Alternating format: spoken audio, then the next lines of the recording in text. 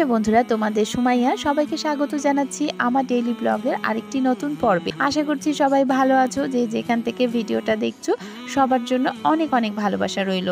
রমজান মাসের সকালবেলা এটা আবার কিসের ব্রেকফাস্ট তাই ভাবছো তো? হ্যাঁ, সকালবেলা থেকে ভিডিওটা স্টার্ট করেছি। ব্রেকফাস্টটা হচ্ছে আমার আরিশা বেবির জন্য। প্রথম রোজাটা আরিশা বেবির থেকে ছিল, খুব কষ্ট হয়েছিল শেষ বেলায়। আপাতত আর রোজা করতে দিচ্ছি না, শেষ দিকে রোজাগুলো করাবো যখন হয়তো ওকে নিয়ে ঈদ করতে আমার বাবার বাসায় চলে যাব। তো ওখানে ওর নানি আম্মুর সাথে ও থাকবে যখন, তখন হাসি আনন্দে মেতে থাকলে হয়তো রোজার কষ্টটা খুব একটা অনুভব করতে পারবে না। তো সকালবেলা ছোট মানুষের জন্য আর আলাদা করে তেমন কোনো ব্রেকফাস্টের ঝামেলা করি না। ফ্রোজেন পরোটার ভেতর কোনো না কোনো পুর ভরে অথবা ডিম দিয়ে ভেজে রোল করে দিই, আর তার সাথে হালকা করে দুধ কফি, চা কফি একটা কিছু তো দিতেই হবে, কারণ খুব ছোটবেলা থেকেই ও কিন্তু ব্রেকফাস্টে চা এবং কফিতে অভ্যস্ত। এই জন্য যা হোক এভাবে একটু করে ম্যানেজ করে দিচ্ছি ব্রেকফাস্টের সময়টা। তারপরেও নিজে নিজেই ব্রেকফাস্টটা করে নিচ্ছে, কারণ ওকে বুঝিয়ে বলেছিলাম রোজাদার বা উপোস ব্যক্তির সামনে কখনো খাওয়া দাওয়া করা উচিত নয়। এই জন্য নিজে থেকেই ম্যানেজ করে নিচ্ছে। আর ও খেতে খেতে আমি দেখা যায় যে রান্না বান্নার সমস্ত কাজ সেরে ঘরগুলো ঝেড়ে মুছে নেই। রোজা আছে বলে যে ঘর ঝাড়বো না মুছবো না তা তো হতে পারে না। স্বাভাবিক কাজকর্মগুলো ঠিকঠাক ভাবে করার মধ্য দিয়েই কিন্তু রমজান মাসটাকে পালন করতে হয়। রমজান মাসে দিনের বেলা শুধুমাত্র খাবার এবং পানি থেকে দূরে থাকতে হয়।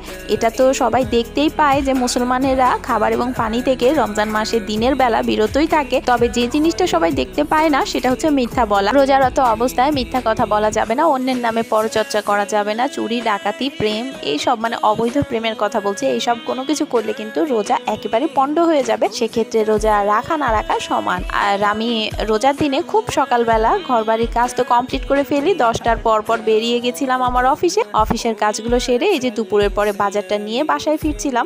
বাজারে এখন যা দাম বেড়েছে না, কদিন আগেও এক হালি লেবু 8 টাকা ছিল, এখন 25 টাকা হয়ে গেছে। কিছুই করার নেই, রোজার দিনে তো লেবু ছাড়া সম্ভবই না। প্রত্যেকদিন বিকালে যে জুসটাই বানাই না কেন আমি সেই ফ্লেভারের জুসের মধ্যে কিন্তু লেবু অ্যাড করে দিচ্ছি। প্রচন্ড গরমও পড়েছে, রোজা এসছে থেকে এরকম তেতে পুড়ে যাওয়ার মতো অবস্থা হয়েছে। ভীষণ খরা পড়েছে আর ভীষণ রকম শুষ্ক ওয়েদার। আমার তো দুপুরের পর থেকে গলা মুখ একদম শুকিয়ে কাঠ হয়ে যায়। যে কোনো রোজাদার ব্যক্তিকে যদি জিজ্ঞেস করা হয় যে রোজা রাখলে তার ক্ষুধা তেষ্টা পায় কিনা, তারা অবলীলায় বলে দেয় যে তাদের ক্ষুধা তেষ্টা পায় না। হয়তো বা তাদের ইমানি জোরটা অনেক বেশি, তাই তারা ক্ষুধা তেষ্টা একদম অনুভব করতে পারে না। তবে আমি কিন্তু কিছুটা ক্ষুধা তেষ্টা অনুভব করতে পারি দুপুর 2টোর পর থেকে। আমার তো ক্ষুধায় অবস্থা একদমই খারাপ হয়ে যায়। আর মেডিকেল সায়েন্স অনুযায়ী একজন মানুষ যত পেট ভরেই খাবার খাক না কেন, মোটামুটি 3 থেকে 4 ঘন্টার মধ্যে কিন্তু স্টোমাক এমটি হয়ে যাবে, অর্থাৎ পুরোপুরিভাবে পেটটা খালি হয়ে যাবে, তার আবার ক্ষুধার অনুভূতি হবে। আর রোজা রমজানের দিনে এই অনুভূতিটা আমাদের কম হয়, কারণ আমরা মানসিকভাবে প্রস্তুত থাকি যে আমাকে সারাটা দিন না খেয়েই থাকতে হবে। তারপরও শেষ বেলায় এসে একটু করে খারাপ লাগলে কি বা করা।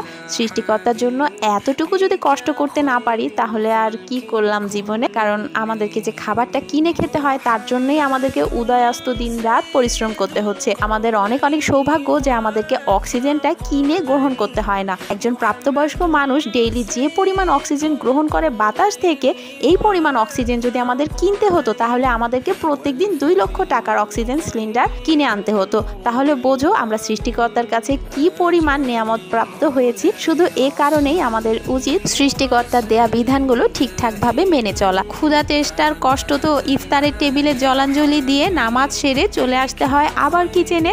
ইফতারের আয়োজনের সব থেকে বড় ঝামেলাজনক কাজ হচ্ছে ইফতারের পরে সে বাসন ধোয়া। নানান ডিজাইনের সমস্ত বাসন বেরিয়ে আসে এই রমজান মাসে, যেগুলো সারা বছর হয়তো ব্যবহার করার প্রয়োজনই হয় না। আমার তো ছোট সংসার, অল্প কয়েকটা বাসন হয়ে যায়, তারপরও বিরক্ত বোধ করতে থাকি।